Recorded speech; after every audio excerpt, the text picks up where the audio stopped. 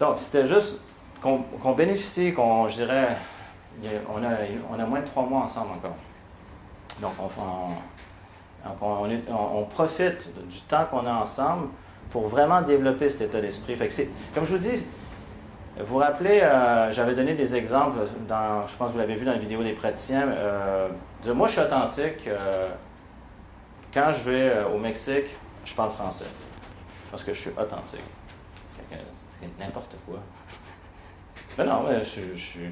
Puis, où que j'aille, je vais parler français. Ben, quelqu'un dit, ben oui, mais c'est parce qu'il ne parle pas cette langue-là. Au moins, tu pourrais te forcer peut-être pour parler anglais, parce que dans les hôtels, ils parlent anglais. Ou même si la langue du pays, c'est l'espagnol ou autre, ben, parler la langue du pays. Mais des fois, il y a une confusion. Ben, vous vous rappelez, ça, j'avais donné ça comme exemple au niveau de la synchronisation. Qu'on puisse synchroniser. Ben, ce qui est le plus facile, c'est de rester dans notre modèle du monde. À la limite, je dirais, c'est pas être authentique, des fois, c'est... C'est fermé. Ça pourrait d'être fermé. Donc, c'est de faire cet effort, justement, de développer, à chercher à comprendre. Parce qu'imaginez, vous allez voir quelqu'un pour être coaché, puis là, mettons, là, je fais une caricature, ben, votre coach, il dit, ouais, il y a du travail à faire. Hein? Ça va vous faire quoi? Peur. Est-ce que ça vous encourage? Vous allez Moi, c'est correct. Pour tout, ben, toi, moi, quoi? Ouais. Bon, déjà, tu as remarqué que ton modèle du monde, par rapport au développement personnel, tu ne fonctionnes pas comme la moyenne des gens. Ça, tu l'as remarqué? Ouais. C'est comme toi, tu rêves, j'ai un problème, bon, je règle, OK. Lui, il trouve que, OK. Mais pour la plupart des gens, ils vont se sentir jugés. Si le coach arrive comme ça, ça passe pas. D'où, justement, que la personne fait, il y a vraiment un intérêt à chercher à comprendre. Déjà, quand vous réalisez que quelqu'un est en face de vous, puis la personne n'est pas juste en train de vouloir remplacer une dans la discussion, mais que la personne cherche réellement à vous comprendre, qu'est-ce que ça vous fait? C'est rassurant. C'est rassurant, tu te dis? On se sent écouter. Ça change tout. Ça crée le rapport automatiquement. Exact. Et c'est ça que je vous invite à faire, d'élever vos standards. Parce qu'on parlait des fois des gens, moi ça fait plus partie de ma réalité, sauf quand des fois je me retrouve à l'entrée des bâtiments au centre-ville, puis bon, mettons, les gens sont en train d'en griller une, puis on les entend converser, mais souvent j'entends qu'ils chialent contre tel employé, ils chialent contre le boss, donc ils vont se plaindre de ça, puis à un moment donné, je réalisais plus que il y a tellement de ça. Et une des choses que j'avais fait dans la formation, donc Unleash the Power Within, l'éveil de votre puissance intérieure, là, je suis avec Robbins, c'est de réaliser que les gens qu'on fréquente, ça va établir nos standards. Donc, si on est avec des personnes qui ont des standards qui sont bas, nos standards restent bas. Mais si justement, on a des gens qui réussissent dans un domaine ou un autre, ça nous amène à vouloir élever nos standards. Et c'est ce que je vous invite à faire, c'est qu'on élève nos standards. Donc ça, mettons le jugement, c'est facile, n'importe qui peut faire ça. De dire, moi je suis authentique, je parle français quand je vais dans un autre pays, c'est comme de ne pas faire un effort. Donc c'est vraiment, évidemment tout ça, ça se fait dans le respect, je suis d'accord, on se respecte et on respecte l'autre personne. Et justement de garder cet esprit de chercher à comprendre. Vous avez vu dans les étapes, de chercher à comprendre. Et quand il y a ça, il y a un changement qui se passe. Si on cherche à comprendre, il y a un changement qui se passe. Si on cherche à comprendre, c'est comme j'ai donné l'exemple, mettons, de cette jeune dame qui était alcoolique, qui avait déjà fait de l'anorexie. Il y avait de la curiosité, c'est de chercher à comprendre. Parce que si on cherche à comprendre, on crée un rapport, il y a une ouverture, il y a une facilité. On pourrait le mettre effectivement comme ça. Donc cet intérêt, curiosité, peut-être là on ne le voit plus sur la caméra, mais c'est pas grave, là, c'est chercher. Puis je vais mettre, c'est chercher sincèrement. Donc c'est pas juste de manière technique, là, mais à comprendre l'autre personne. Et pas à la comprendre par rapport à notre modèle du monde. Non, c'est ça. Ça, moi, c'est ça que j'ai compris qui fait une grosse différence. Et quand j'écoute quelqu'un en me disant que ça fait « Ah, ben c'est ça, je le vois bien clairement, c'est ça. » Je suis en train d'évaluer ça par rapport à mon modèle du monde. Non, c'est que des fois, on peut être déstabilisé. Juste au niveau musical, prenez les adolescents. Des fois, ils vont écouter la musique qui n'est pas nécessairement notre musique. On pourrait dire, c'est pas trippant. Mais moi, je me rappelle quand j'étais adolescent, j'avais une maison. Il a pris le temps de m'écouter. Puis je faisais de la musique. C'était pas sa musique à lui. Puis j'ai même fait écouter les compositions que j'avais faites. Mais il était intéressé. Il était vraiment là, puis il m'écoutait. Puis je disais, hey, moi je tripais. Fait que même, j'ai remarqué avec des gens dans certains domaines musicaux, mettons, il y a jazz, classique, mais des fois, il y a des musiques classiques qui sont faciles à écouter comme Mozart, Beethoven, mais il y en a qui c'est pas mal plus poussé ou c'est atonal, là, c'est bizarre. Mais quand quelqu'un qui vraiment est passionné de ça nous fait découvrir ce monde-là, on découvre des choses qu'on n'aurait pas vues avant. Avant ça, on aurait vu un paquet de bruit, puis tout à coup, on découvre une structure. Ouais. Mais c'est parce qu'on s'intéresse en ce sens-là. Mais ça va aussi loin. Fait des fois, j'ai déjà eu, mettons, il y avait un type de musique heavy metal, du death metal, c'est pas mon style. Mais des fois, il y en a, c'est vraiment bon, puis regarde, il y a des double bass drums, puis OK. Puis là, il va t'en parler, puis t'écoutes, puis ça fait découvrir une autre facette. Ça veut pas dire que je vais l'adapter. Tu vas aimer ça, puis tu vas l'écouter tout le temps. Non. Mais au moins, tu as découvert ça. C'est pas bon, c'est pas un jugement, c'est une question de goût. Oui, non, mais... Tu sais aussi avec qui tu veux tenir et qui tu veux pas. Absolument. Non, parce que... Puis ce que t'aimes dans la vie, ce que t'aimes pas. On a nos goûts. Ça, je suis d'accord. On a nos goûts. C'est une chose. Puis c'est d'arriver... Parce que les goûts, c'est de la subjectivité. Okay. Donc, mais c'est de découvrir... C'est fascinant de voir... C'est pour ça que je prends l'exemple de la musique, ça pourrait être au niveau des arts visuels, parce que tout ça, quelqu'un va dire, c'est pas discutable, c'est subjectif. Mais de dire, tiens, c'est quoi dans le monde de cette personne-là? Quand j'avais 20 ans, j'avais un ami qui faisait de la musique industrielle, du techno-industriel. Moi, j'entendais du bruit. Et puis, mais il a été invité souvent en Allemagne pour faire des spectacles. Depuis, là, avec Vrond, entre autres, Mais à un moment donné, j'étais là, j'ai dit, fais-moi découvrir ça, Mario, parce que c'est... Puis là, OK, là, donc lui, puis même, je réalisais que quand il était jeune, avec les plus grands frères et sœurs, il écoutait toutes sortes de musique, du Led Zeppelin, plein de choses. Fait que tout ça, pour lui, c'était... Il pouvait faire le rythme, refaire la mélodie, mais là, il voulait aller plus loin. Donc, il y avait vraiment, à travers ce qui semblait un amas de bruit, il y avait une structure dans tout ça. Mais au départ, c'était comme j'aurais pu dire, hey, c'est du bruit ton affaire, c'est. Là, donc j'ai été curieux, puis il m'a fait découvrir des choses. Donc je dis pas que j'ai aimé tout. Des fois, des choses étaient trop. Mais j'ai découvert une facette que même aujourd'hui, je réalise 20 ans plus tard. Dans la musique, je pourrais dire mainstream, comme on dit ça en français, la musique pour grand public. Ils utilisent des choses qui avant ça auraient été considérées alternatives, donc underground, qui maintenant, c'est dans les musiques de films, dans différentes choses qui maintenant font partie de ce qui est grand public. Enfin bref, c'est juste pour donner une parenthèse. Fait qu'effectivement, les goûts ne se discutent pas, ça fait partie de la subjectivité, mais c'est d'avoir... Je prenais l'exemple d'un adolescent parce que souvent, les enfants, entre autres les adolescents, ont besoin d'être compris, fait que si on les juge, on les perd. Fait que déjà d'avoir cet intérêt, nous-mêmes, on peut découvrir quelque chose. Je me rappelle de mon oncle qui l'a fait avec moi, je le fais avec d'autres. C'est fantastique. Ouais. C'est bon pour ça?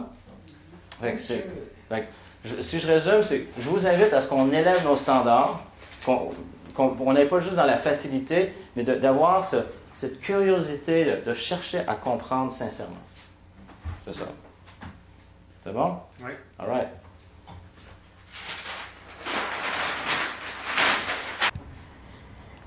Il y a un point qui vient d'être mentionné, donc la notion de jugement.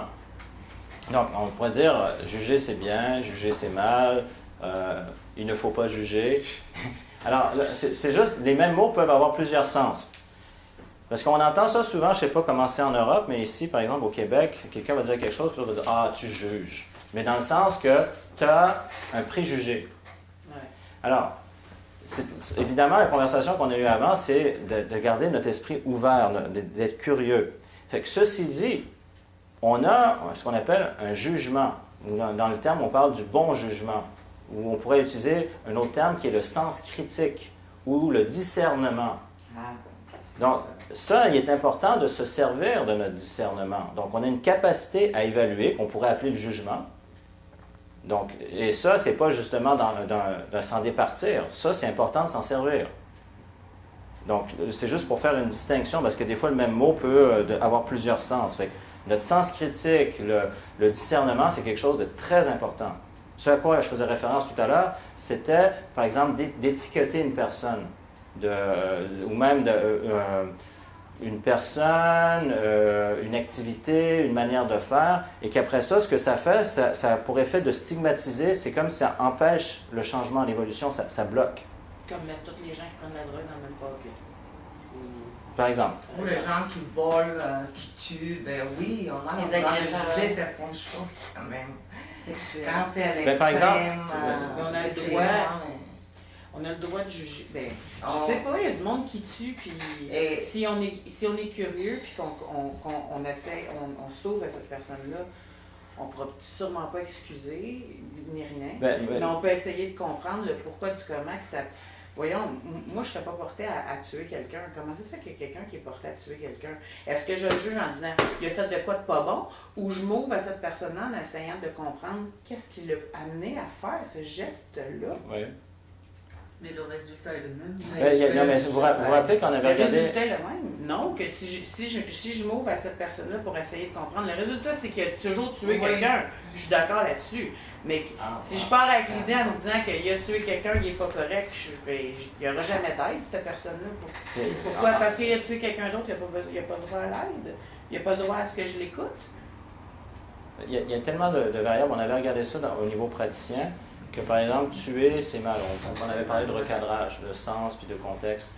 Vous vous rappelez qu'on a vu si la personne, c'est pour défendre sa vie, par exemple, ou défendre ses proches, on n'est pas en train de dire qu'il faut tuer, mais il y a des fois où les gens n'avaient pas le choix. Il y a eu des cas comme ça. Fait qu'on rentre dans... C'est là qu'on voit des lois absolues. Ben, normalement, non. Il y a des règles de base. Je veux dire, chacun, comme on dirait, notre liberté s'arrête là où celle de l'autre commence. Fait que si on tue l'autre personne, mais c'est qu'on vient de briser sa liberté. Mais si justement cette personne-là veut, mettons, mettre fin à notre vie ou celle de nos proches, c'est ce qu'on appelle la légitime défense. c'est différent. Oui. Ouais. Donc, c'est simplement revenir à cette notion, on a un sens critique. C'est exactement ce qu'on est en train d'exercer en ce moment. Donc, de voir, c'est selon les circonstances, selon ce qui se passe. Et ça, malheureusement, c'est un bon point. Ça manque beaucoup en développement personnel, ou même en croissance personnelle. Beaucoup de gens vont assimiler les notions, mais à la limite, selon les formations qu'ils vont avoir, leur sens critique va s'atrophier. Comme dire, ça c'est la manière, ça c'est pas la manière. À la limite, je dirais que c'est pratiquement religieux. Je veux dire, les religions ont du bon, mais quand je parle religieux, je parle dans le sens fondamentaliste du terme. Que c'est noir ou blanc. Donc c'est une pensée dichotomique. Et c'est justement, en termes, on parle du empowerment, de l'autonomisation, ça en fait partie, c'est de développer notre esprit critique, ce sens de discernement. Et de voir qu'une chose peut s'appliquer dans un contexte, mais pas dans un autre contexte. Parce que des fois, oui, mais je veux savoir, c'est-tu vrai ou c'est pas vrai? C'est-tu bon ou c'est pas bon? Quelqu'un pourrait dire, oui, mais la réponse n'est pas aussi simple. Non, mais je veux savoir. Non. Maintenant, tu vas développer ton esprit, tu vas être capable de juger. Fait que même des règles qu'on voit en ce moment, en coaching, il y a certains contextes, vous allez réaliser, ça ne s'applique pas. Ouais. Puis dans un autre contexte, ça va s'appliquer. Donc, il n'y a pas comme une manière de faire pour tout le monde. Mais ça fait partie justement... Du discernement. Du discernement, tout à fait. C'est comme si j'ai une cliente, ça fait tant de mois, puis que là, ça avance pas. Je vois qu'elle met pas les efforts pour s'améliorer. Elle revient, c'est tout le temps la même chose. Oui. C'est moi qui n'ai pas la bonne méthode ou c'est qu'elle n'a pas de la bonne volonté? Là, je fais un discernement, je continue à aller. On cherche. Moi, j'ai déjà eu des cas de clients où à un moment donné, c'était plus long. Je me dis, voyons, qu'est-ce qui se passe? J'ai des manières qui fonctionnent, puis à un moment donné, ça va moins bien. Fait que, il y en a que j'ai creusé qui m'ont fait travailler. Okay. Fait que, mais ça nous permet d'évoluer. Il y en a que j'ai même travaillé en équipe avec d'autres personnes. Donc, souvent, vous vous rappelez, quand on avait, mettons, en coaching, on touche à la partie psycho-émotionnelle. Il y a toute la partie structurelle comme l'ostéopathie. Il y a la partie biochimique comme la naturopathie, par exemple. Il y a la partie énergétique comme l'acupuncture. Des fois, en travaillant avec d'autres personnes, ça permet de faire le petit déclic qui va faire qu'on y arrive. Fait qu'on peut passer par le psycho-émotionnel, mais des fois en travaillant avec d'autres personnes, puis je travaille avec ces personnes-là aussi, ça va débloquer. Parce qu'il y a un effet de synergie. Puis si, admettons, on a fait une observation et discernement que, bon, la majorité de nos clients qui prennent des médicaments antidépresseurs, le résultat est difficile à atteindre, puis c'est souvent qu'on revient à la case de départ. Ce que moi j'ai observé... On peut faire du discernement, puis dire, je travaille plus avec ces gens-là. Oui, on pourrait. Ces pauvres gens, ils ont tout à fait les aider. Ils vont avoir quelqu'un d'autre qui va être plus on pourrait. Moi, par exemple, j'ai beaucoup de gens que... Au niveau chimique, ça... Absolument. Moi, ce que dérange. mettons, si je prends cet exemple-là, des fois, j'ai vu des personnes qui prenaient des antidépresseurs, mais à un tel dosage que leurs émotions étaient gelées. C'est ça. Qui sont venus me voir et qui commençaient à aller mieux. Parce qu'il était gelé, mais en même temps, il y avait un malaise qui était comme gelé en arrière. Là, je parle de manière figurée. Hein. Et à un moment donné, ils ont décidé de réduire leur dosage. J'ai pas envie de me pogner avec le Collège des médecins, fait que j'ai jamais dit quoi faire, mais c'est eux, ils m'ont dit, j'ai envie de réduire. Je dis, ben écoute, c'est ta décision, c'est toi, c'est ton médecin, mais moi, j'embarque pas là-dedans. Fait que souvent, quand les gens me posent la question, je me prononce jamais au niveau de la médication. Non, c'est pas vrai. Et ce que je voyais, c'est qu'effectivement, certaines personnes décidaient de réduire progressivement le dosage, puis là, il y a des émotions qui remontaient à la surface. Mais là, qui découvraient qu'avec ce qu'ils apprenaient, ils étaient capables de les gérer, ces émotions-là. OK. Puis que jusqu'à un jour, à un moment donné, ils n'en prennent plus. Puis là, ils annoncent à leur médecin, puis même il y avait des médecins qui il y en a qui étaient résistants, puis il y en a qui observaient vraiment l'amélioration, puis qui allaient dans le sens, OK, éventuellement pour que la personne puisse se libérer de sa médication. Il y a certaines affaires qui sont plus longues que d'autres. Les antidépresseurs, ça peut être assez rapide. Hein? J'ai déjà vu sur des périodes de 3 mois où la personne n'en prend plus. Il y a des choses comme les substances comme le lithium, pour les personnes bipolaires, ça peut être beaucoup plus long. Enfin, je ne suis pas médecin psychiatre, je ne m'aventurerai pas là-dedans, mais oui, c'est vrai que des fois, les gens n'ont pas accès à leurs émotions, mais j'ai vu des gens qui ont fait un cheminement malgré tout, puis à un moment donné, qui ont pu finir, s'en sont libérés. C'est ça. OK. Donc, c'était juste à revenir à cette notion de... Il y a différents types de jugements, là. Fait qu'on pourrait... je sais pas... Je voulais amener la distinction par rapport à notre sens critique, ce qu'on appelle le bon jugement ou le discernement. C'est pas la même chose. Donc, fin de la parenthèse. Merci.